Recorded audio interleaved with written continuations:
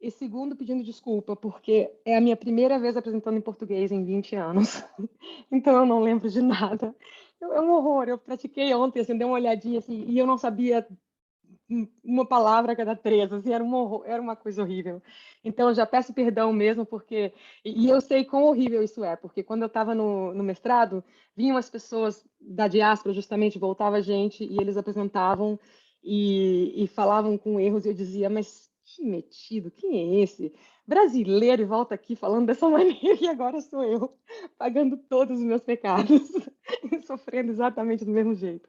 Gente, é duro se a pessoa não fala nunca assim profissionalmente, né, em português. Isso é um paper junto com o Gregório Caetano, que é meu marido e meu colega, e o Eric Nielsen, que trabalha no Banco Central aqui dos Estados Unidos. E o que a gente faz é propor uma correção de endogeneidade em modelos que têm bunching. Bunching é uma concentração de observações num determinado ponto. Então, eu vou ficar falando só bunching mesmo, porque não tem uma palavra boa em português para denotar exatamente esse fenômeno. Aqui, deixa eu ver. Isto. Então, se você tem bunching num dos extremos da distribuição do tratamento, então você tem uma variável de tratamento que ela é contínua, ou pelo menos é distribuída assim, com vários valores, e num dos cantos dessa distribuição você tem bunching, esse bunching pode ser usado para fazer essa correção. O legal dessa correção é que ela se transforma numa espécie de control function, né, uma função controle, mas a gente não precisa de nenhuma restrição de exclusão, exclusion restriction. A gente não precisa de nenhuma condição de independência clássica, né? Nenhum instrumento, nenhuma variável que seja exógena, nada disso é necessário. O que a gente precisa é impor restrições no formato da distribuição das não observáveis, condicional nos controles. A gente vai permitir bastante grau de generalidade nessas distribuições, os parâmetros são não paramétricos, e além disso, a gente consegue testar todas esses requerimentos de distribuição. A gente vai conseguir testar todos eles, só que tem que ser feitos. Então, o que a gente está aqui trocando condições de independência por condições de formato que são testáveis. Então, nesse caso, a gente está oferecendo esse método como uma alternativa. Em vários casos, por exemplo, em que você não tem uma variável instrumental, ou você não tem um dado de painel, que seriam as maneiras clássicas de atacar problemas de endogeneidade, a gente tem aqui uma terceira opção nessas situações. Existem, inclusive, alguns casos, e a gente tem duas aplicações, não nesse paper, eu digo dois papers adicionais, nos quais a gente aplicou esse método, em que até poderiam existir, em alguns casos, variáveis instrumentais ou dados de painel, mas você não consegue fazer as análises que você necessita. Primeiro, porque você não consegue chegar no nível, não tem dado suficiente para fazer uma análise de heterogeneidade boa em alguns exemplos, ou porque as variáveis instrumentais não pegam o efeito que você está interessado, não pegam, por exemplo, coisas como efeito causal total, elas pegam um efeito parcial, ou um efeito nos compliers, os compliers são muito, muito restritivos por alguma razão. Então, a gente, muitas vezes, até quando existe isso, esse tipo de método poderia ser útil. Esse tipo de situação na qual você tem o bunching num dos extremos, se você nunca pensou no assunto, ele parece como se fosse uma ideia meio niche, assim, uma coisa que vai ter alguma situação em que isso acontece. No momento que você começa a olhar, você não para de ver. Na verdade, é muito comum. Principalmente porque muitas variáveis têm uma restrição de que não podem ser negativas. Todas essas variáveis costumam ter o bunching no zero. É muito, não todos, mas assim, a imensa maioria consegue. Então, por exemplo, variáveis de comportamento. Quantas vitaminas você toma, quantos de cigarro você fuma, quanto álcool você consome, quanto café você toma. Tem um montão de gente que não consome nada, consome zero. Você tem uma distribuição aí para cada valor e chegando no zero, uma baita concentração de gente que não consome nada. variáveis financeiras como dívida de cartão de crédito, acesso a crédito, o gasto em propaganda que as empresas fazem, as heranças, várias coisas desse tipo, um montão de gente vai deixar zero. Como se usa o tempo? Exercício, trabalho, fazer dever de casa, voluntariar, usar mídia social, tudo isso tem um montão de gente que vai fazer ali, tem uma concentração no zero. Também tem restrições artificiais que acabam gerando esse tipo de fenômeno, como, por exemplo, leis de escolaridade mínima, que aqui nos Estados Unidos tem e no Brasil também, não é? Leis de salário mínimo, mesma coisa, leis de idade mínima para trabalhar. Nos Estados Unidos tem bastante restrição nas contas de contribuição para a aposentadoria. Você tem umas contas que são privilegiadas porque você não paga imposto.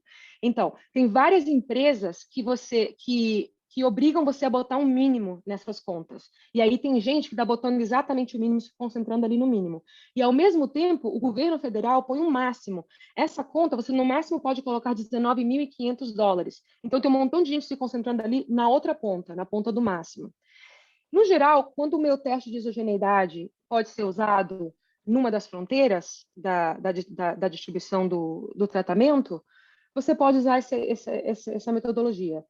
E esse teste foi aplicado num montão tem muitas aplicações desse teste em economia, ciência política, finanças, em todos esses casos. Quando o Banting foi numa das pontas, você poderia aplicar esse método também, se você não tem uma outra solução. Se você rejeita, claro, se você não rejeita, então talvez você deveria fazer um selection on observables ali. Como se diz? Seleção em observáveis? Alright. E a literatura que está relacionada a esse paper inclui, claro, toda a literatura de control function, né, de funções de controle. E, no geral, as control functions, elas requerem restrições de exclusão. A mais clássica de todas é aquela que usa a variável instrumental. Mas todas elas requerem algum tipo de restrição assim. E a nossa não requer. Existem alguns, eu vi recentemente alguns artigos tentando fazer funções control functions sem requerer exclusão, mas eles são todos para tratamentos binários. E esse aqui é o caso para outros tipos de variáveis. Vocês vão ver que o método tem um sabor, tem uma coisa que lembra bastante os métodos de correção de seleção que vem do Heckman, desde o paper do Heckman. Não, a correção, a Heckman Correction, né? Essa literatura também faz esse tipo de requerimentos na distribuição, mas eles também costumam pedir restrições, exclusion restrictions. E no caso a gente não faz esse tipo de restrição. Uma outra diferença é que esses são modelos de seleção de amostra. Aqui a gente está falando de modelos completamente standard. São modelos em que você observa a variável de tratamento, você observa a variável de resultado, é tudo muito padrão, assim, não é nesses tipos de modelos de seleção. Também tem uma literatura que está crescendo muito, continua crescendo, já está bastante grande, em public finance, que usa bunching para fazer identificação em modelos que poderiam ter endogeneidade. No caso, essa literatura começou com SAES, na identificação de efeitos de taxação, de mudanças na taxação, na quantidade de renda taxável que as pessoas, ou seja, de quanto que as pessoas acabam tendo de renda. E essa literatura tem muito artigo aplicado, mas tem muito pouca teoria desenvolvida ali. Recentemente, a gente tem o paper do Blomqvist, Newey, Kumar e Liang, e o paper do Marinho Bertanha, que é brasileiro, e McCallum e Siegert. Esses foram papers que vieram com teoria nessa área, e depois uma generalização pelo Leonard Goff. Então, são 3 papers, pelo menos que a gente soube, que são papers teóricos nessa área. Todas as maneiras de atacar esse tipo de problema ali também fazem restrições na distribuição. Inclusive, tanto o paper do Blomqvist como o paper do Bertanha, eles provam que é impossível fazer qualquer tipo de identificação sem restrições na distribuição. Mas eles, no caso, trabalham com modelos muito diferentes. No caso deles, o bunching na variável resultado, e isso acaba gerando modelos completamente diferentes. Por exemplo, eles têm que especificar como é que são as funções de utilidade, eles têm que especificar como as escolhas são feitas. A gente não tem que fazer nada, isso aqui são modelos completamente standard, do tipo, você tem uma equação que você quer estimar e você está nesse mundo, você não precisa entender como as escolhas são feitas. A teoria sintótica usa bastante resultados de Chang, Lincoln e Van Callaghan, também usa resultados de Pakes and Pollars, resultados de Andrews e resultados de Feng e Santos. Se você conhece esses nomes, você vai saber que isso aqui, então, está usando bastante a teoria de empirical process, de processos empíricos. Então, vai puxar bastante disso aí. Eu vou mostrar, claro, isso aqui sendo a intenção aqui é ser mais aplicado, então eu vou ver bem rápido nessa parte. Só vou dizer só o que interessa para o pessoal aplicado, mas foi uma parte grande aqui do trabalho. Bom, mostrar para vocês a ideia. E vamos começar já com a aplicação, no mundo da aplicação. A aplicação da gente nesse artigo é sobre o efeito das horas que as crianças passam assistindo televisão nas habilidades cognitivas e não cognitivas da criança. E você tem aí uma distribuição de quanta TV as crianças assistem, e aí, chegando no zero, uma concentração no zero. 5% das crianças não assistem nenhuma TV. Aí, o que a gente vai usar para isso é tentar entender como essa escolha é feita, o que está por trás da escolha de TV, e particularmente, o que está por trás da escolha das crianças que assistiram zero TV. Então, quando a gente pensa vamos pensar que a escolha de TV ela é determinada por fatores observáveis, que no caso da gente vão ser Z, digamos, um vetor de fatores observáveis, e fatores não observáveis. E vamos pensar que a gente está controlando pelos fatores observáveis e olhando para as crianças, e olhando para o grupo de crianças, e tentando entender um pouco o que acontece com os fatores que não são observáveis. Por exemplo, uma variável que a gente pode ter na cabeça é a severidade dos pais. Assim, quão severos os pais são em monitorar o lazer da criança. Você pensa que, para crianças que assistem menos televisão, a gente espera que a gente tenha uma média de pais mais severos. E a gente pode fazer o raciocínio inverso. Pais mais severos costumam ter crianças que assistem menos televisão. O problema é que você pode aumentar a severidade para sempre, mas a televisão ela só pode ir até zero. Então, quando você está olhando aqui, os pais que estão ali, eu não gosto muito que você assista televisão. Vamos lá, 1 hora por dia, meia hora por dia. Uma vez por semana. Você tem aqueles pais que vão chegando ali na margem. Aí você chega aquele pai que, olha, eu prefiro que você não assista, mas está de vez em quando. Você tem aquele caso. Mas aí você começa, tem os casos do você não vai assistir nunca a televisão. Eu não tenho televisão. Eu gostaria que você não soubesse nem o que uma princesa da Disney é. Estão todos aqui. Você continua vendo esses pais em que a severidade vai aumentando, mas a TV vai ter que ficar zero, porque não tem como ir para menos do que zero televisão. Então, o que acontece é que você acaba tendo uma concentração de pais, de crianças, no caso, no zero, que tem, na média, pais muito mais severos, no caso, descontinuamente severos, em comparação com os pais que estavam ali na margem. Esse fenômeno é um fenômeno teórico, né? Eu estou aqui contando uma história. Mas, na verdade, esse fenômeno é altamente observável em tudo que é variável que a gente tem no dado. Por exemplo, a quantidade de dever de casa. Essas crianças fazem descontinuamente mais dever de casa. Todo tipo de variável observável que a gente tem que está relacionada à quantidade de TV que uma criança poderia assistir, você acaba vendo esse tipo de descontinuidade aí, em que eles são diferentes. Então, a ideia é que esse mesmo tipo de fenômeno está acontecendo com as não observáveis também, esse tipo de concentração. Como é que a gente vai usar esse fenômeno? Vamos olhar agora para o resultado. No caso, o resultado é a habilidade. Vamos comparar a habilidade de crianças que assistem duas quantidades diferentes de televisão positivas. As crianças que assistem mais televisão, elas vão ter uma habilidade diferente por duas razões. A gente está controlando aqui por controles, então elas só podem ter duas razões pela qual essa diferença está acontecendo. A primeira é o efeito da televisão, né? Talvez a televisão seja negativa, ou não. Isso aqui é um gráfico teórico, né? Mas tem um efeito aí que tem a ver com a televisão. A segunda razão são os confounders, e eu não sei como dizer confounder em português, né? As não observáveis, são os confounders. Então, a gente vai ter aqui diferenças entre as crianças que são... entre as crianças que assistem mais televisão e menos televisão, diferenças inerentes ali, que são justamente as diferenças que estão causando a endogeneidade. Só que no zero tem uma coisa muito especial acontecendo. O zero, ele é ótimo. Por quê? Quando a gente compara as crianças exatamente no zero, com as crianças um pouquinho acima, né? Um pouquinho de televisão, um minutinho, né? Uns 15 minutos por semana, uma coisa assim. Uma criança que assiste bem pouquinho a televisão, a diferença na habilidade, ela não pode ser devida à televisão. 15 minutos de televisão, 10 minutos, 5 minutos de televisão não vão apodrecer o seu cérebro. Não vai ser isso que vai modificar a habilidade. No entanto, essas crianças são enormemente diferentes nas não observáveis, nos confounders. Então, exatamente no zero, a gente tem uma coisa aqui se revelando, que é, a gente tem o efeito das não observáveis se revelando sem nenhuma contaminação do efeito de tratamento. Então, diferente deste ponto aqui, onde a gente tem as duas coisas acontecendo ao mesmo tempo, a endogeneidade atuando ao mesmo tempo que o efeito de tratamento, aqui a gente tem apenas a endogeneidade, sem nenhum tipo de diferença de tratamento, exatamente nesse ponto. Então, o que a gente acabou de ter aqui foi uma revelação do funcionamento das não observáveis, de como é que a endogeneidade acontece.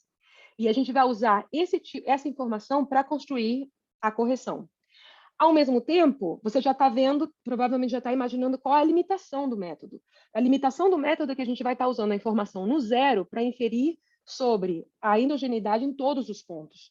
Então, o que acaba acontecendo é que a gente não vai poder fazer isso nos máximos níveis de não paramétrica. No caso, você tem que ter algum tipo de regularidade que ajude a gente a usar este ponto para inferir coisas em outros lugares. Se você tem uma coisa completamente não paramétrica, em que cada ponto tudo pode acontecer, então, claro que o zero não vai informar o resto do processo. Então, você tem que ter esse tipo de regularidade. Perguntas, por enquanto? Por enquanto, nenhuma, Carol. Ótimo. Ótimo, não sei se é ótimo, espero que seja porque está claro. Vamos. Então, eu vou começar com o modelo linear, onde a gente botou a maior parte da nossa energia. Primeiro, porque é o modelo mais usado de qualquer maneira, e segundo, porque é muito simples entender tudo no modelo linear. A gente também faz esses modelos não lineares, modelos não paramétricos, inclusive modelos não separáveis. Isso aqui pode chegar a níveis muito altos de generalização, só que não pode chegar no máximo, você não pode ter completamente não paramétrico. Bom, nesse caso, vamos pensar aqui primeiro nesta equação. Vamos concentrar somente na segunda equação. Como é feita, ou seja, vamos denotar, isso aqui por enquanto não tem nenhum requerimento, eu apenas vou estar denotando a noção do que seria a escolha ótima de televisão se as pessoas não tivessem uma restrição.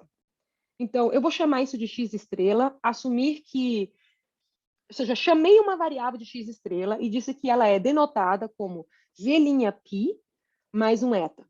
No caso aqui não tem nenhuma hipótese, nenhum requerimento ainda, porque eu não fiz nenhuma hipótese no eta. Então, enquanto eu não fizer nada, o eta é simplesmente um resíduo. O que eu estou dizendo, então, aqui é que tem observáveis que linearmente, uma expansão linear de observáveis arbitrária, mais um resíduo de todo o erro do resto disso aqui. E o que a gente vai dizer é que a escolha de televisão vai ser esse x estrela quando a escolha é positiva e vai ser zero quando esse x estrela é negativo. E o primeiro requerimento é que que existe gente para o qual esse requerimento foi binding, né? Foi um requerimento, é que eles estão na solução de canto, no caso. São pessoas que tiveram que escolher a solução de canto, que teriam escolhido um x estrela.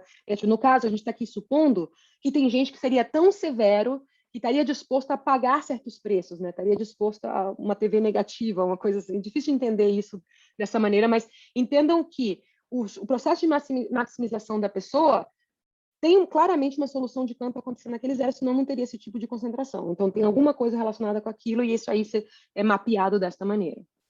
E aqui vem a parte fundamental, que é, aqui está o modelo. O modelo é que a habilidade é beta vezes o tratamento, que é a quantidade de TV, mais os controles, e mais esse resíduo, e mais o erro de mais um erro. Qual é o requerimento? O requerimento é que este erro, se eu controlasse por esse eta, ele teria média zero.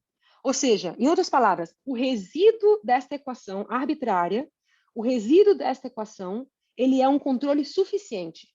com ele, se a gente tivesse tido ele, a gente pudesse observar, isso aqui seria um modelo seleção em observáveis tradicional. Digamos que eu observasse o eta. Eu faria uma regressão de y no x, z e eta. Pronto, perfeito. O OLS básico estaria tudo certo, tudo sem bias, completamente as hipóteses, os requerimentos do modelo linear tradicional. Ao invés disso, a gente tem um modelo de seleção em não observáveis, porque a gente está aqui dizendo que o epsilon é zero, condicional no não observável. Uma coisa importante para já dizer para vocês é que a gente não vai observar o eta, a gente não vai predizer o eta, a gente não vai fazer uma proxy do eta, a gente não vai conseguir controlar pelo eta. Esse modelo não vai fazer isso, a gente não é capaz de fazer isso. Em particular, a gente nunca identifica o pi. O pi nunca é identificado, não é necessário. O eta e o z são dependentes, nunca tem nenhuma independência, não tem nenhuma identificação. A gente vai usar o bunching para fazer esse tipo de separação e conseguir identificar o que a gente quer. Então, como se faz isso? Vamos olhar para esperança. Uma coisinha antes de ir para isso aqui. Outra coisa que eu quero chamar a atenção de vocês é que, olha, isso aqui é um modelo tradicional. Isso aqui é uma variável de resultado normal, uma variável de tratamento normal. O modelo não é um modelo sobre a escolha ótima que a pessoa teria feito. O efeito de tratamento que eu estou interessado é o efeito de tratamento da televisão que você assistiu, não a que você queria assistir. Então, só um segundo. Então, nisso aqui, ele é completamente tradicional. Entendeu? Não tem, por exemplo, se a gente não tivesse problema de endogeneidade, a gente não teria nem falado desse assunto. A questão do bunch não teria nem jogado nenhum tipo de papel aqui. A única razão que a gente está usando o bunch é para ajudar nesse sistema. Ele não é de nenhuma maneira importante neste modelo aqui, que seria o que a pessoa está interessada. Pode falar, Rafael. Tem a pergunta aqui do Pedro Forquesato. Cadê? Aqui, achei. Pode falar, Pedro. Oi, Carolina. Então, o problema aí seria se tivesse variáveis que determinam, no seu caso, assistir TV, mas não, não assistir mais do que zero. É isso, né? Exatamente. Não. Sim, isso e o oposto também. Variáveis que só determinam o positivo sem determinar o zero. Né? Imagina uma variável que só atua para o pessoal que assiste muita TV. Aí aí você também vai ter esse mesmo tipo de problema, né? Você não vai estar detectando ela. Desculpa. Então, se, por exemplo, você tiver uma renda não observável da pessoa, que algumas, como você até usou no exemplo, eu acho, né? Algumas pessoas nem têm TV em casa, isso seria um problema potencialmente. Se você... Não, desculpa, repete. Dado que você tem uma TV em casa, isso não tem nada a ver com quantas horas você vê, mas às vezes você não tem dinheiro suficiente para ter uma TV em casa e não pode assistir. Seria um problema ou não isso? Não seria um problema. No caso, você estaria falando nas escalas de seleção, essa criança é uma criança que está lá para o outro lado, né? No final dessa distribuição. Então, não é um problema. Seria só um problema se fosse um problema estrutural, no caso. Existe um fenômeno que faz as pessoas não terem TV, que é uma coisa muito brusca. No geral, a gente pode assumir que tem uma certa continuidade entre as pessoas que vão chegando a não ter TV até que você chega às pessoas que estão longe de ter uma TV, mas com um determinado contínuo ali. Isso daria. Uma coisa importante para saber é que, no geral, eu não sei, o Brasil, eu imagino que também não está assim, mas, no geral, a restrição de não ter TV não é uma restrição de pobreza. As pessoas, pelo menos nos Estados Unidos, quem não tem TV é exclusivamente porque é o contrário. É justamente os pais super investidos, que são assim... Nossa, essa criança vai ser criada natural. É uma coisa assim, super controle em cima da criação da criança. Esse tipo de fenômeno que você vai ver aí. No geral, quanto mais pobre, mais TV você vê no dado. Obrigado. Uma coisa importante para saber. Esse tipo de fenômeno que você justamente reportou, né? Vamos dizer que a gente tem umas não observáveis que estão acontecendo lá no final, ou se não acontecendo só no zero. Esse tipo de não observável, ela arruína o método. Mas, ao mesmo tempo, elas fazem todos os testes que a gente está propondo ficarem muito mais poderosos. Então, assim, se eu tiver o tempo de te mostrar com detalhe os testes, eu vou lembrar de falar disso, mas se não tiver, você já fica sabendo. Na verdade, esse tipo de fenômeno é muito detectável nos testes que a gente faz para o approach, porque lembra que a gente tem o método e a gente também tem vários testes que a identificação está correta. E esses testes, eles são super reativos, exatamente esse tipo de fenômeno. Por quê? Porque eles geram maiores descontinuidades do que deveria ter e eles geram maiores não linearidades do que deveria ter na endogeneidade.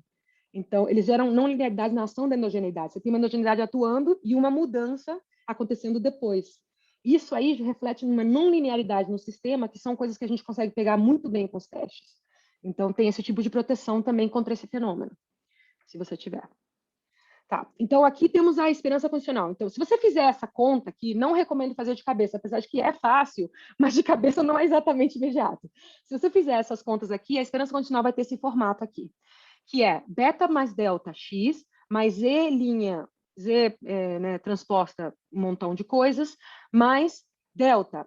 A esperança, o valor esperado da TV ótima entre as pessoas que escolheram 0 e a indicadora do 0. Ou seja, o que a gente tem aqui? Uma descontinuidade na habilidade que está refletindo esta média aqui. Então, aqui a gente tem uma descontinuidade na habilidade que foi causada por causa desse bunching, aliado à endogeneidade. Observa como os dois fatores estão acontecendo aqui. Primeiro, o bunching mesmo, justamente por isso que a gente tem essa indicadora. Mas segundo, a endogeneidade. Se o delta fosse 0, a gente não teria essa descontinuidade. Ela é causada 100%, ou seja, é a ação da endogeneidade junto com o bunch que gera esse tipo de descontinuidade. E a beleza é que o coeficiente dessa endogeneidade é o delta, que é exatamente o que está multiplicando aqui o x. Então, se a gente conseguisse esta esperança, se a gente por acaso tivesse ela, a gente podia fazer uma regressão do y, né, do y, no x, no z, nessa esperança multiplicada por essa dummy, pegaria os coeficientes todos, o coeficiente da descontinuidade seria delta, o coeficiente do x é beta mais delta, subtrai o delta, conseguiu o beta, está feito. Ele dá para construir esse tipo e assim se faz a correção. Então, o método vai usar a escolha ótima abaixo a escolha ótima, digamos, negativa, para desfazer, né, para separar o efeito de tratamento do efeito das não observáveis. E isso só é possível por causa desse tipo de fenômeno. Se você tenta fazer isso aqui apenas botando mais equações, isso aqui não vai dar certo. Então, por exemplo, digamos que você quer fazer aqui o x igual a z' π mais eta. Não adianta, não tem identificação. Mesmo que você tenha independência entre eta e z, você não tem identificação. Ah, vamos botar uma função não linear. X é igual a uma g de z mais eta. Aí você tem que supor que o eta é independente do z, ou que tem instrumento.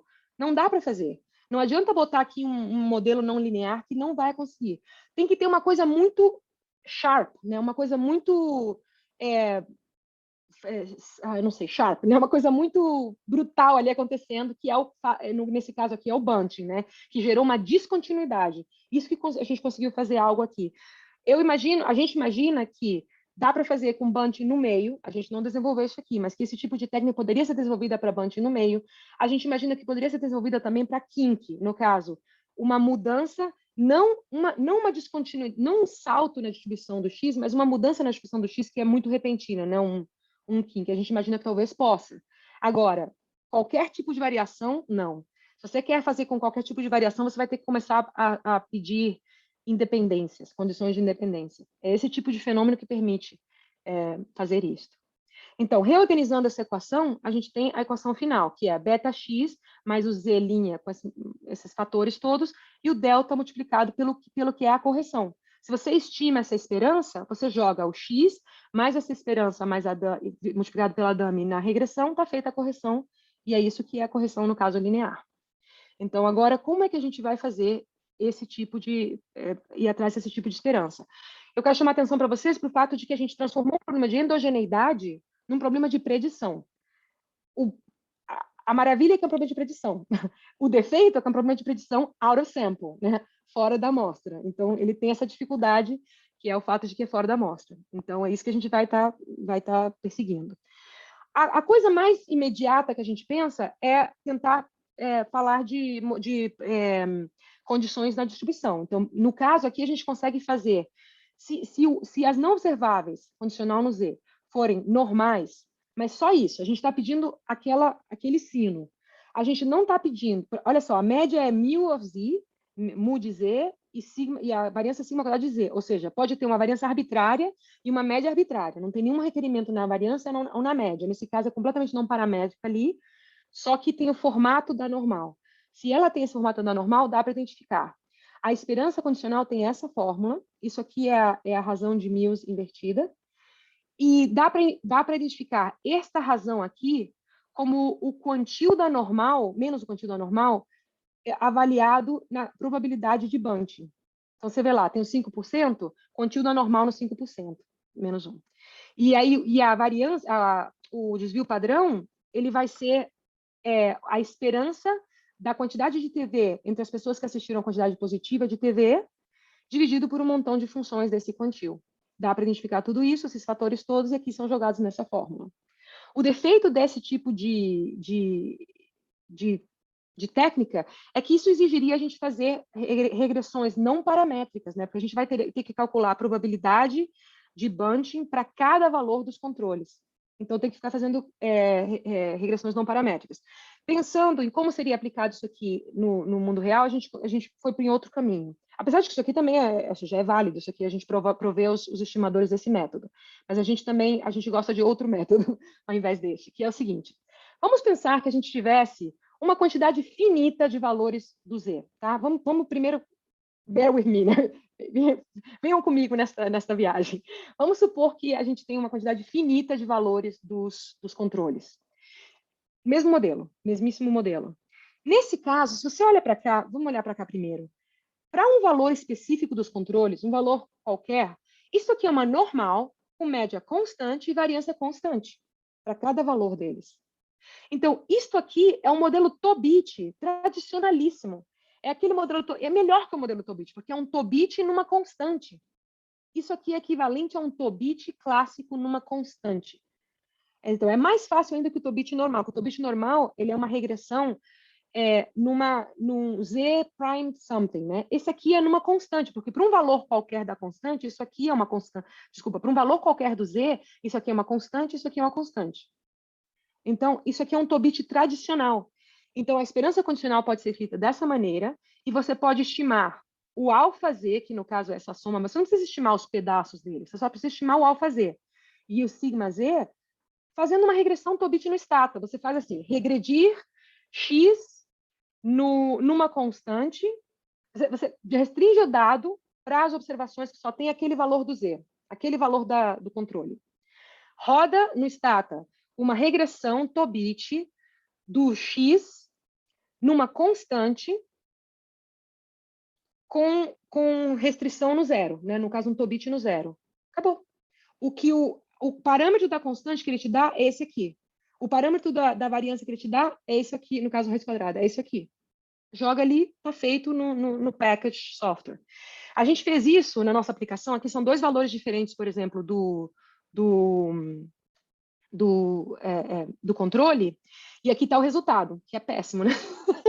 Então, esse aqui é meio ruim. Vamos ver primeiro as vantagens. As coisas legais que ele está fazendo é que ele está pegando duas coisas legais. Ele está pegando a heterossedacidade, você vê que tem heterossedacidade na realidade, e está pegando o posicionamento diferente da média. O que ele está fazendo errado é que ele está pegando o pico mal e a posição da média também está, e a posição do pico está ruim.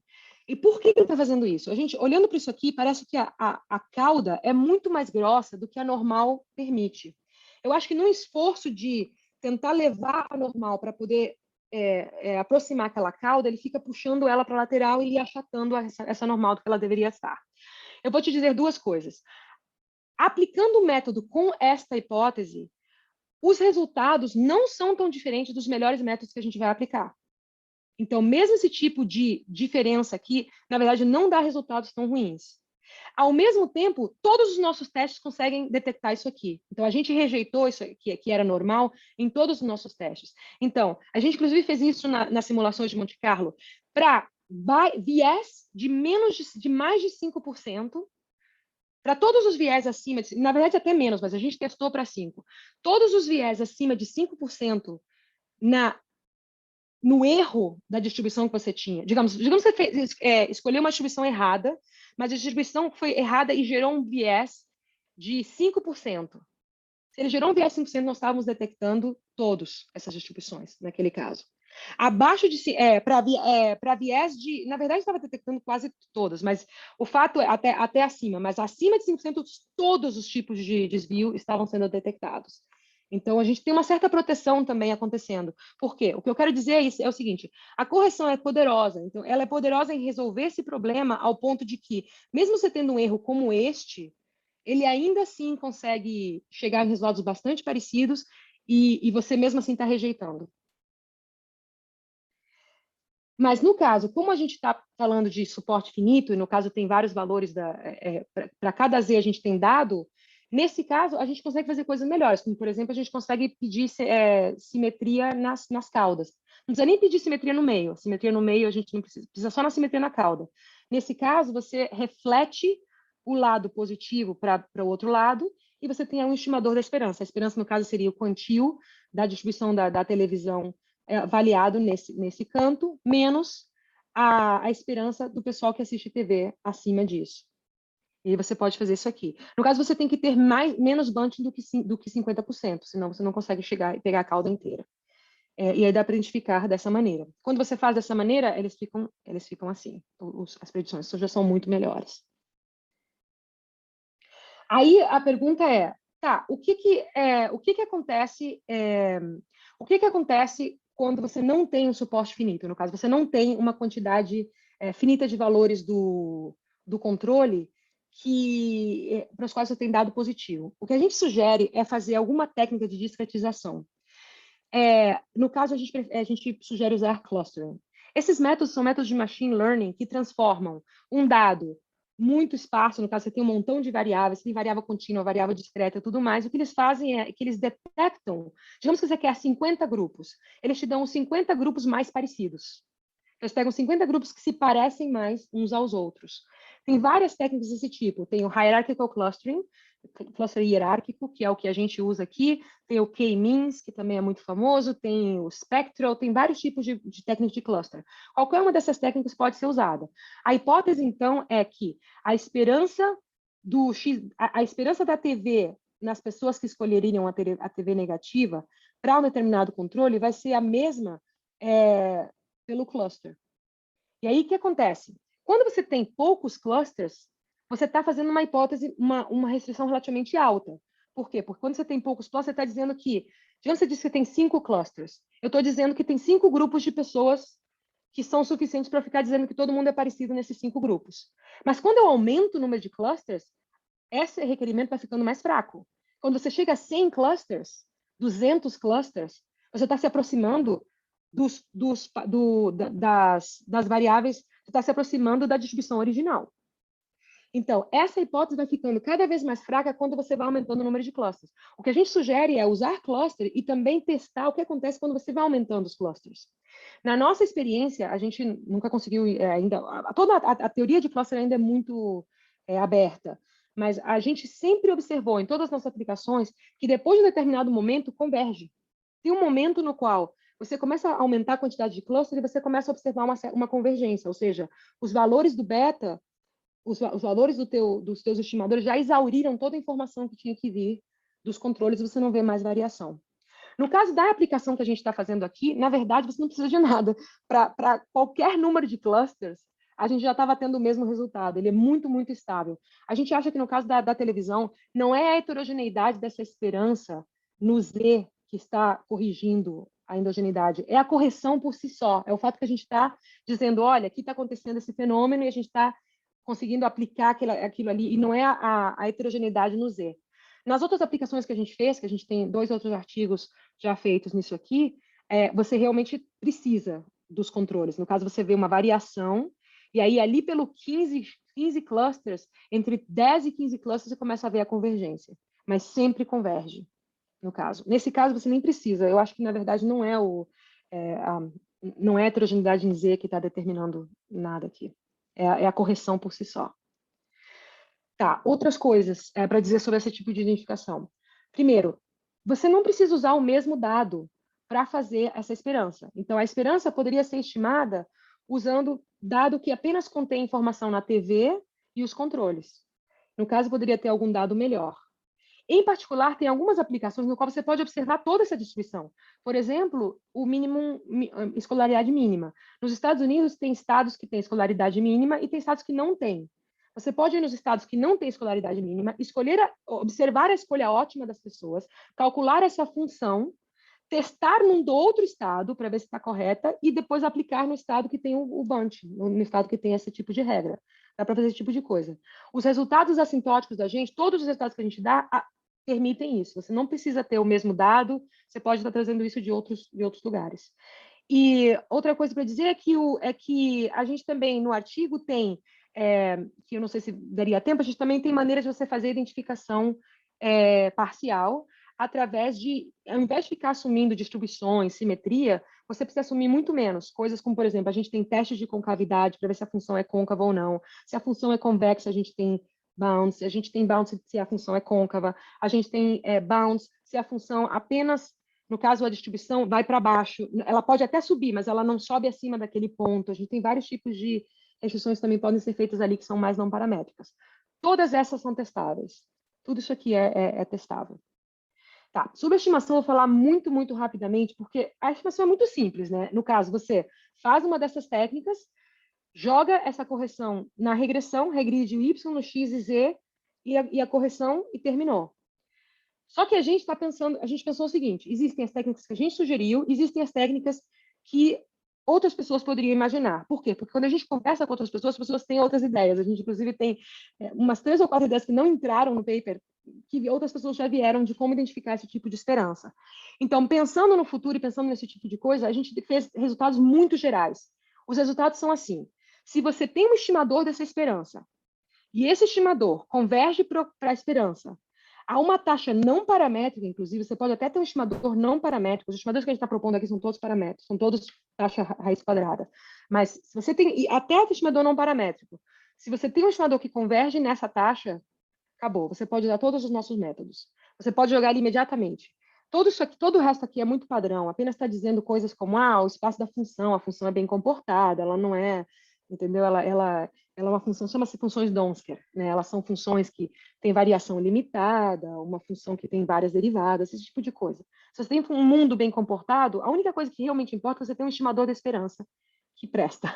Se você tem um estimador da esperança que presta, então o seu estimador, no caso aqui, é o estimador do...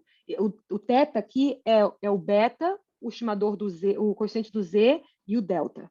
Então, o beta, o θ e o delta vão convergir para uma normal com esta média. E esta variância. A média zero e esta variância. A variância, isso aqui é o Eicher-White, isso aqui é o que sai do stata quando você faz a regressão. E aí tem o termo que é a punição que você ganha por estar estimando a esperança. Então, você tem, aqui se você soubesse a esperança, aqui a punição de estimar a esperança. Isso é relativamente fácil de calcular e a gente vai e propõe um estimador da variância. No caso, o Eicher-White, que sai diretamente do stata, mais a correção, que a gente programou isso no Mata e é simples. De programar isso aqui num estimador qualquer, e a gente prova que isso aqui também, com esse nível de generalidade, acaba convergindo para essa função. Mas a gente também provou o bootstrap. Então, se você quer fazer um bootstrap da variância, pode.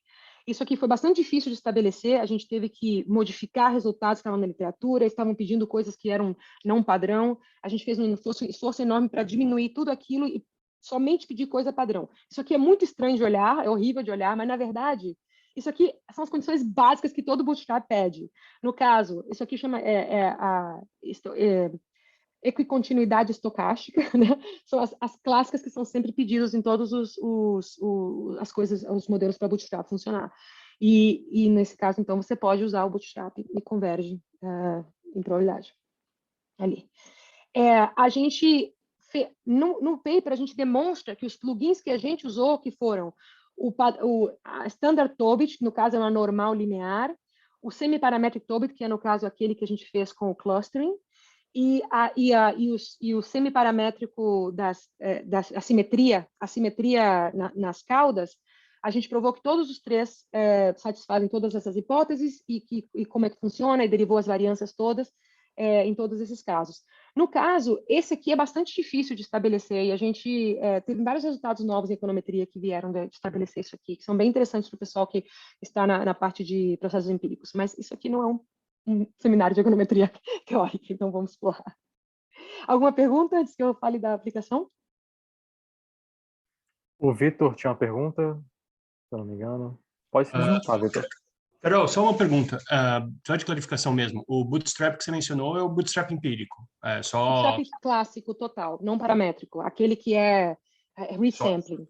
A gente, inclusive, fala disso, né? Fala assim, olha, a gente, no paper a gente informa assim, o pesquisador, porque existem instâncias nas quais a gente se sabe, por exemplo, que o bootstrap, o wild bootstrap, como se fala aí? Bootstrap selvagem? Wild bootstrap, eu nunca vi alguém traduzir isso. Também não.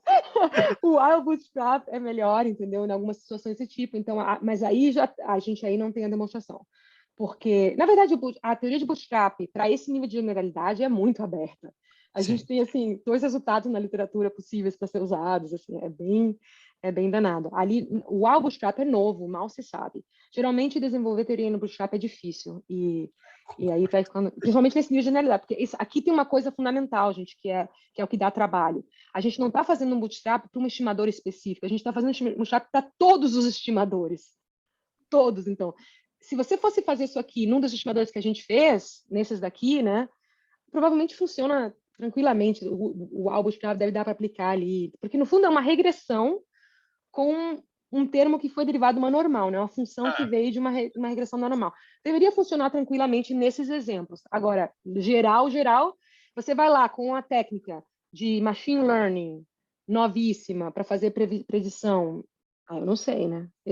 Inclusive porque boa parte dessas técnicas não tem resultados assintóticos estabelecidos. Por exemplo, clustering. A maioria de clustering não tem resultados assintóticos estabelecidos ali. A aplicação... bom, então vamos lá, os resultados da aplicação. Aqui está a coluna. No caso, a gente faz a regressão sem controles, regressão com controles, e aqui as nossas técnicas. Aqui a Tobit homosquedástico, Tobit semiparamétrico e a simetria. Se você não fizesse nenhuma correção, você teria, ou seja, a correlação entre conhecimento, habilidade cognitiva e TV é super negativa. Quando você controla por coisas, ela fica um pouco menos negativa, mas ela ainda fica muito negativa e muito significante. Quando a gente aplica a correção, ela fica positiva não significante. Ela vai para positiva não significante.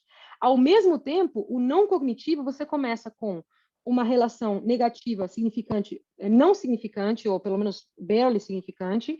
Quando você controla por coisa, ela fica não significante. No entanto, a gente está achando que ela é altamente negativa e significante. É isso que a gente vai concluindo. Ou seja, no caso, assistir TV não vai prejudicar as habilidades cognitivas. Ela vai prejudicar as habilidades não cognitivas. No caso, você tem que pensar também que isso aqui são efeitos totais. Então, aqui é TV versus todas as outras alternativas. Então, por exemplo, a criança está assistindo TV, mas, por exemplo, uma coisa que acontece é que a gente sabe isso por causa de outro projeto, é que as crianças substituem muito, quase tudo que é feito nas crianças pobres é só substituindo chores, está substituindo trabalho doméstico. Enquanto as crianças mais ricas estão substituindo coisas um pouco melhores para a habilidade cognitiva, como, por exemplo, estão substituindo play, né, social play, né, brincadeira com outras crianças, e sono. Você vê muito mais esse tipo de coisa nas classes mais altas. Então, tem os efeitos compensatórios gerais, no final acaba sendo que o efeito ou é nada, ou é até positivo na televisão. No caso, você está assistindo televisão, você está ganhando linguagem, você está sendo exposto a... Hoje em dia, todo desenho é meio educativo, né?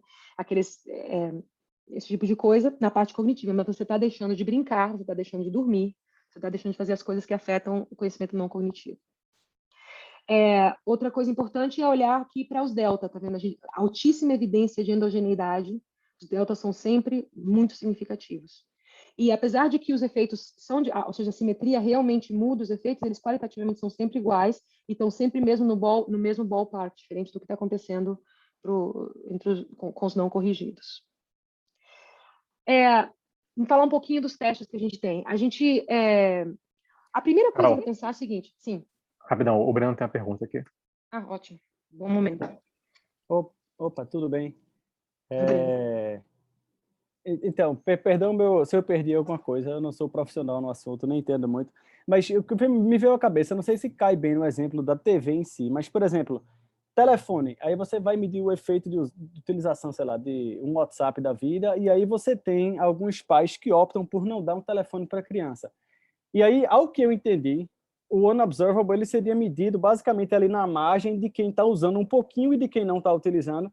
E aí o que eu pensei que poderia existir um efeito, pode ser alguma coisa de punição social, não sei, mas assim, quem não tem um telefone celular tem um efeito de tratamento nele, que ele tem um comportamento mau, de chateação pelos pais, etc., que assim, tipo, o não ter em si, ele teria uma coisa completamente diferente, pode ser que eu entenderia mal o método, mas assim, teria um efeito de tratamento em si, que exposto poderia mudar o outcome na margem dos alunos.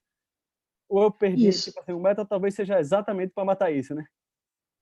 Ele está pegando essas diferenças. Bom, no caso, as diferenças existem em todo mundo, né? No caso, você vê, tem um certo contínuo. Você tem um contínuo, você tem as crianças que estão o dia inteiro no WhatsApp, aí você vai ter os adolescentes, né? O dia inteiro no WhatsApp, aí você vai indo para baixo, os adolescentes que vão estar um pouquinho no WhatsApp, chegando no adolescente que quase não entra no WhatsApp, depois no adolescente que já começa a ver você já começa a ver a ação dos pais. O adolescente que não está no WhatsApp porque o pai... Tem um adolescente que não está no WhatsApp porque é marginal, está na margem, no caso, marginal no Brasil significa outra coisa. Tá na margem porque ele é uma pessoa que não liga para o WhatsApp, aí você tem o próximo que até liga um pouco mais, os pais não gostam e ficam em cima, aí você tem o próximo que o pai põe de castigo, aí você tem o próximo que o pai não deixa downloadar, aí você tem o próximo que o pai não dá o telefone, vai acontecendo, né? Esses tipos de gradações. Quando você pensa assim, o que importa para a habilidade cognitiva não é o telefone. O que importa para a atividade cognitiva são justamente esses fatores que diferenciam esses pais ou essas crianças. Então, o que a gente está acontecendo, você tem um contínuo desses fatores que estão se refletindo no telefone, mas, na verdade, estão atuando em todas as esferas dessa criança. E você tem, no zero, você tem do que está na margem até o extremo, estão todos eles no zero. Então, quando eu comparo uma criança que está zero tempo no WhatsApp com uma criança que está um minutinho de vez em quando, o WhatsApp não foi o que causou qualquer diferença na habilidade dessas crianças. Uma criança não teve nada, a outra criança teve um minutinho. O WhatsApp o WhatsApp por 3 horas por dia é importante. O WhatsApp por 3 minutos na semana não é nada. Então, a diferença na habilidade não vai refletir isso, vai refletir essa diferença dessas crianças. É aí que vai estar refletindo, é isso que a gente está pegando para construir essa correção. Então, aí nesse caso, o pessoal que usa 1 minuto o WhatsApp, ele, em teoria, não sofreria mal nenhum do WhatsApp em si. Então, alguma coisa. Só que a pessoa que não recebeu, que é o que está sendo usado, vamos pensando na margem ali, a pessoa que não tem um telefone, tipo, ela está extremamente chateada porque na sala dela todo mundo tem e ela não tem. E aí eu comparo essas crianças lá no futuro, por exemplo. Isso. Possuir um telefone é uma... Eu não sei se possuir um telefone é ou não é um confounder direto na habilidade. Ele certamente possuir um telefone é uma coisa, digamos, que afeta a criança. Então, você tem, da criança... Pensa de novo, possuir um telefone não é uma coisa binária. Possuir um telefone é possuir um telefone e poder usá-lo. Então, você tem toda aquela gradação até não possuir um telefone, tenho acesso ao telefone dos meus pais, não possuir um telefone, tenho acesso ao telefone dos meus pais de vez em quando, não tenho um telefone, não tenho acesso a telefone nenhum. Tem uma gradação que vai acontecendo em questão de tempo de telefone, que é o que a gente está usando, entendeu? Se você tivesse uma coisa completamente binária, que acontece só ali no zero, aí realmente você tem um problema. Aí realmente não dá para usar. Dá para usar o método. Esse fenômeno é altamente detectável nos testes. Mas ele o método não funciona, mas aí você detecta que ele vai ter problemas. Que é, por exemplo, digamos, você tem uma mudança fundamental. Digamos que você não assistir televisão.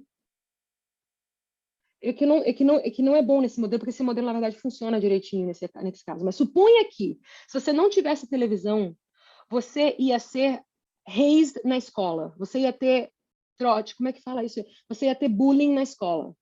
Vamos pensar que a gente está aqui no mundo da Mafalda, quando ela diz assim, que não tem televisão e a escola inteira rodeia ela. Então, você está naquele mundo em que o fato que você não possui uma televisão já te joga... Mas sabe que nem isso adianta, porque, na verdade, não possuir televisão não é o zero. Não possuir televisão, tem um gradativo. A probabilidade de você não possuir uma televisão aumenta quando você vai chegando do lado negativo. Mas ela também é um contínuo.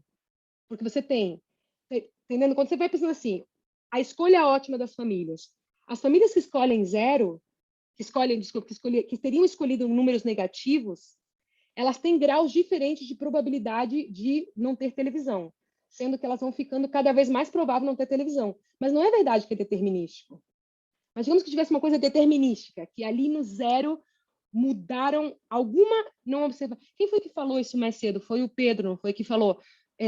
se você tivesse uma não observável que só se manifesta do lado negativo, uma coisa assim, aí realmente você poderia ter um fenômeno desse tipo, alguma coisa assim, entendeu? Só que aí você tem a maior capacidade de detectar, essa é a parte legal. Você vai esse fenômeno é bastante detectável. No próximo, deixa eu falar aqui um segundinho, eu te mostro esse teste, ele é bem reativo a esse tipo de fenômeno, de não observável acontecer numa parte só do suporte. O que tranquilamente pode acontecer. O que a gente está dizendo não é que não vai acontecer, é que é fácil de detectar que isso está acontecendo. Então, no caso, o primeiro teste é muito simples, a gente botou porque é simplérrimo, e ele é legal porque ele testa só a linearidade. Ele não está testando a esperança, ele não está testando a distribuição, só a linearidade. Se você olha bem, todo o nosso método ele é baseado em duas hipóteses. Uma, a linearidade, e o outro, a distribuição.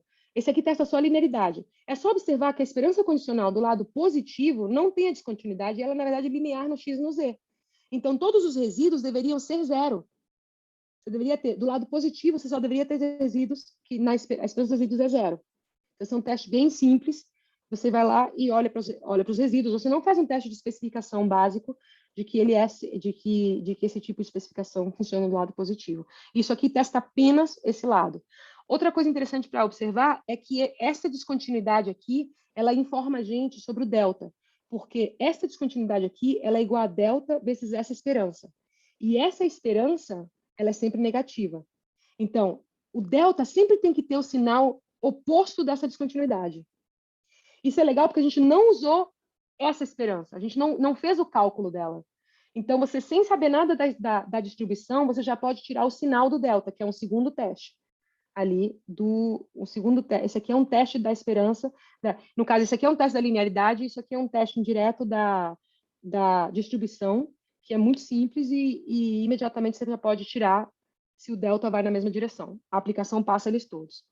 Dá para testar a distribuição diretamente. Por quê? Porque você observa a distribuição em boa parte do suporte.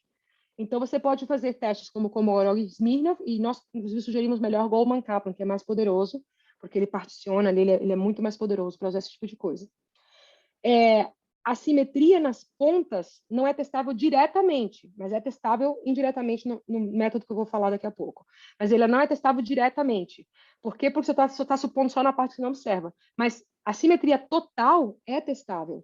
Então, você pode testar a simetria total comparando as medianas de um lado com o outro da média. Você pode comparar, no caso, seria este teste aqui, você pode comparar a distribuição inteira de um lado com a distribuição do outro. A gente fez todos esses testes e eles todos passam. Inclusive, eles passam a 10% de significância. A gente passa até com testes que a gente estava disposto a rejeitar muito. E eles todos passam ali, usando o Bonferroni para poder, por causa de multiple testing. Dá para testar toda a identificação. Esse aqui testa as duas coisas ao mesmo tempo, a linearidade e a distribuição. Fazer como? Faz uma truncagem. No caso, as hipóteses, tanto a hipótese de que da linearidade, como a hipótese de que a gente está aplicando a gente está corrigindo a endogeneidade em todos os pontos, é uma hipótese muito mais fraca se você faz do 0 aos 5 horas do que, digamos, que você faz do 0 aos 50 horas. Então, você pode ir aumentando os valores, aumentando os valores da amostra. No caso, você pega a amostra só do pessoal que assistiu até 5 horas. só o pessoal que assistiu até 10 horas, só o pessoal que assistiu até 15, só o pessoal que assistiu até 20. E vai aumentando essa amostra e fazendo análise. Se você tiver qualquer não linearidade, seja porque você tem um modelo não linear, ou porque você tem uma não observável que está atuando numa das pontas, ou só no zero, ou só nos valores positivos, esse beta nunca vai convergir. Você vai ter, o que vai acontecer vai ser que os valores do beta, eles nunca convergem, eles nunca vão ficar estáveis, eles sempre vão ficar mudando. Aqui você não observa isso, aqui você observa eles convergindo. Ou seja, é evidência de que a linearidade e a distribuição tá apropriada. Isso aqui assim, não pode acontecer, tanto se você tem uma endogeneidade numa ponta, ou se você tem não linearidade, isso nunca convergiria. Então, é um teste bem simples de fazer desse tipo de situação. Uma outra coisa para dizer é o seguinte, se você tiver um outro bunching point, o que geralmente é possível, por exemplo, em dado que tem um dado realista, geralmente tem algum tipo de ponto onde você tem uma concentraçãozinha lá, como, por exemplo, um ponto de algum tipo de, por causa de rounding, de arredondamento ou coisa assim, você tem algum outro ponto, você pode fazer o seguinte, você pode fazer a correção usando um lado e aí aplicar o meu teste, o teste de isogeneidade usando outro ponto de bunching. Inclusive, a gente tem um artigo novo em que a gente mostra como fazer o meu teste de isogeneidade simplesmente jogando uma dummy. Ao invés de você fazer aquele teste não paramétrico, você simplesmente joga uma dummy na regressão. Tá bom. Aqui você pode fazer a mesma coisa. Você pode regredir Y no X, no Z, na correção e na dummy do outro bunching point. Se o coeficiente disso aqui rejeitar, que é 0, rejeitou a sua estrutura. E esse teste é muito poderoso também, que a gente estava estabelecendo isso no outro, porque ele é um teste de Cantor, ele é um teste que tem uma tendência muito alta a pegar não linearidades e coisas assim, com bastante poder. Aqui tem um exemplo, por exemplo, onde a gente fez isso, que esse aqui é o efeito de horas de trabalho, de maternal labor supply, né? A quantidade de horas que a mãe trabalha nos primeiros 3 anos, na criança, né? No caso, nos habilidades cognitivas não cognitivas da criança. Aqui está a distribuição da quantidade de trabalho das semanas que as mães trabalham. Você tem uma concentração de mães que trabalham 0 e você tem uma concentração das mães que trabalham 52 semanas, ou seja, todas as semanas do ano. Aí você pode fazer a correção aqui e usar este ponto aqui para testar o método. E, bom, existem outras coisas mais aplicadas que se podem fazer, e a gente mostra elas, por exemplo, uma coisa que ajuda bastante é no Monte Carlo. Você faz um Monte Carlo e você mede que tipo de desvio, que tipo de nível de viés você estaria detectando nos testes. E a gente vê que viés muito pequenos já estão sendo detectados no teste. Bom, no artigo a gente mostra as extensões para modelos não lineares, correlated random effects, né, quando você tem modelo de Garen típico. O modelo de Garen seria o linear, você pode ter modelos mais não lineares, modelo parcialmente partially linear, modelos não paramétrico não separável, multiplicativo no eta. A gente desenvolveu, mas não foi no paper, multiplicativo aqui no caso G, de X e Z multiplicado por X, e no caso esse aqui seria não paramétrico no Z, no eta e no epsilon.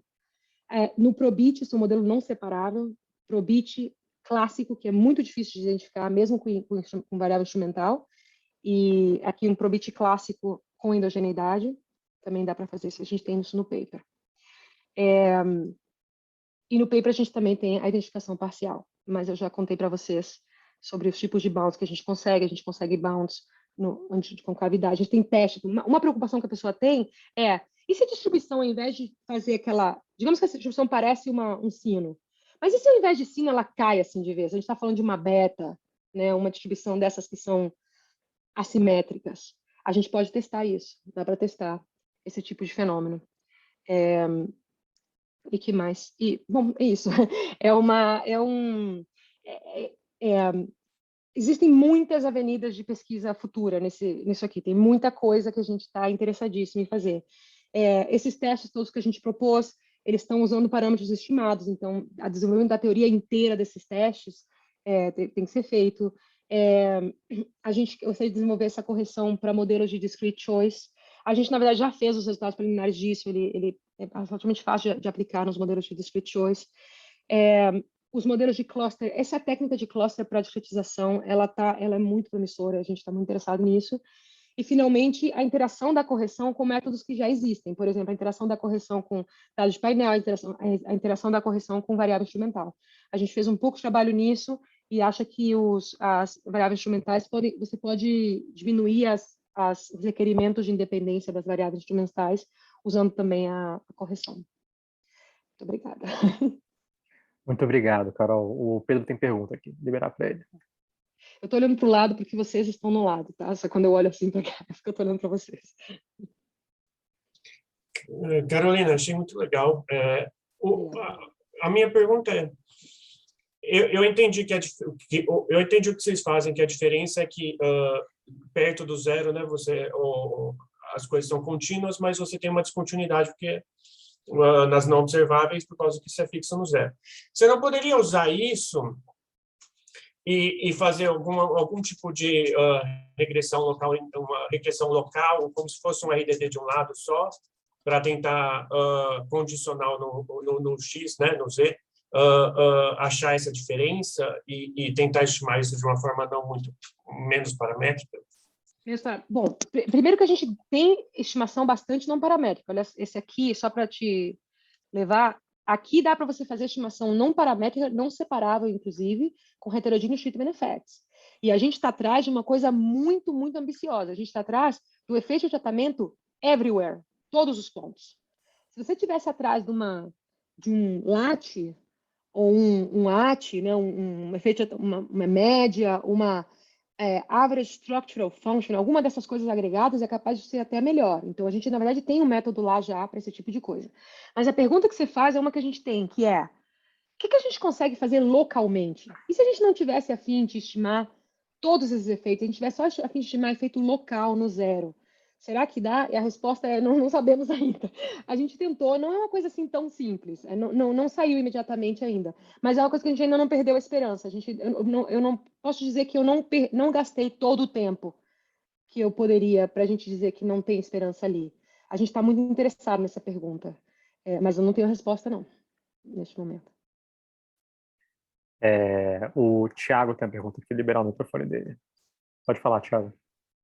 Boa tarde. É uma dúvida que eu venho há algum tempo, eu não estou conseguindo chegar numa resposta muito boa, mas pensando assim num instrumento que já é consolidado, que é endógeno, assim, pense na educação, né? Ela é endógena e isso é um consenso. Se eu quiser saber qual a verdadeira como que ela quebra essa restrição de exclusão, ou seja, qual que é o verdadeiro valor da correlação de endogeneidade, sabe? Para mim tentar obter uma estimativa nos métodos que permitem estimar você relaxando a restrição de exclusão. Você conhece, qual que seria o melhor método, a melhor forma de eu conseguir chegar num valor aproximado de uma correlação de endogeneidade? Ou se isso só seria possível mesmo com teoria mesmo, só, por exemplo, dizendo que ela é endógena, mas teria como chegar próximo do grau de endogeneidade, assim, em número, sabe? Existe esse método. Só me fala uma coisa antes. No caso, a correlação, no caso, você queria pegar quanto que a educação está correlacionada com as não observáveis, mas o problema é que as não observáveis que importam, elas são determinadas pelo resultado. No caso, as não observáveis que importam para um problema de efeito de educação em earnings, no caso, num ganho, né, numa equação de Mincer, isso aí é muito diferente, por exemplo, do efeito de educação em casamento. Então, a primeira pergunta é, que correlação você está interessado? É a correlação entre a educação e as não observáveis que são relativas a que problema? Digamos que você estivesse interessado na Mincer Equation. Você está interessado na correlação da educação com as não observáveis que determinam os ganhos, né? A renda da pessoa. Nesse caso, você pode aplicar este método. Por quê? Por causa da escolaridade mínima. Você pode usar a escolaridade mínima, porque tem muita concentração ali no mínimo da escolaridade, e aplicar esse método, por exemplo. Seria uma maneira bem direta de ir atrás dessa correlação, se você estivesse interessado nela. Faz sentido? Ele respondeu aqui que faz. Ah, legal. Pessoal, alguém tem mais alguma pergunta? Dou-lhe uma, dou-lhe duas, dou-lhe três. Não, vou parar de gravar aqui. Vendido.